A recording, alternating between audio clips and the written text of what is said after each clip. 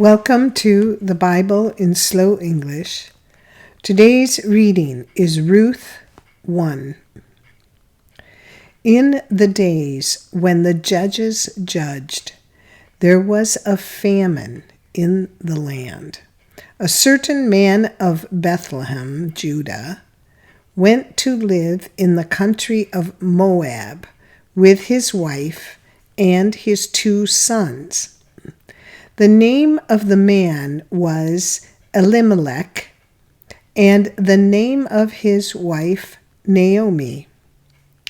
The names of his 2 sons were Mahlon and Chilion, Ephrathites of Bethlehem, Judah. They came into the country of Moab and lived there. Elimelech, Naomi's husband, died, and she was left with her 2 sons. They took for themselves wives of the women of Moab. The name of the one was Orpah, and the name of the other was Ruth. They lived there about 10 years. Mahlon and Chilion both died, and the woman was bereaved of her 2 children and of her husband. Then she arose with her daughters-in-law that she might return from the country of Moab, for she had heard in the country of Moab how Yahweh had visited his people in giving them bread. She went out of the place where she was, and her 2 daughters-in-law with her. They went on the way to return to the land of Judah. Naomi said to her 2 daughters-in-law, "Go, return each of you to your mother's house. May Yahweh deal kindly with you as you have dealt with the dead and with me. May Yahweh grant you that you may find rest, each of you, in the house of her husband." Then she kissed them, and they lifted up their voices and wept. They said to her, "No, but we will return with you to your people." Naomi said, "Go back, my daughters. Why do you want to go with me? Do I still have sons in my womb, that they may be your husbands? Go back, my daughters, go your way, for I am too old to have a husband. If I should say, 'I have hope,' if I should even have a husband tonight, and should also bear sons, would you then wait until they were grown?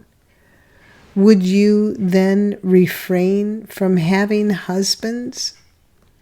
No, my daughters, for it grieves me seriously for your sakes, for Yahweh's hand has gone out against me." They lifted up their voices and wept again. Then Orpah kissed her mother-in-law, but Ruth stayed with her. She said, "Behold, your sister-in-law has gone back to her people and to her God. Follow your sister-in-law." Ruth said, "Don't urge me to leave you and to return from following you. For where you go, I will go, and where you stay, I will stay. Your people will be my people, and your God my God. Where you die, I will die, and there I will be buried. May Yahweh do so to me and more also, if anything but death parts you and me. When Naomi saw that she was determined to go with her, she stopped urging her. So they both went until they came to Bethlehem. When they had come to Bethlehem, all the city was excited about them, and they asked, "Is this Naomi?" She said to them, "Don't call me Naomi. Call me Mara, for the Almighty has dealt very bitterly with me. I went out full, and Yahweh has brought me home again empty.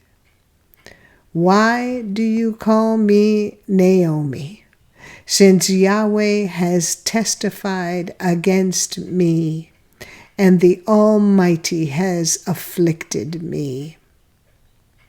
So Naomi returned, and Ruth the Moabitess, her daughter-in-law, with her, who returned out of the country of Moab. They came to Bethlehem in the beginning of barley harvest. This is the end of Ruth 1.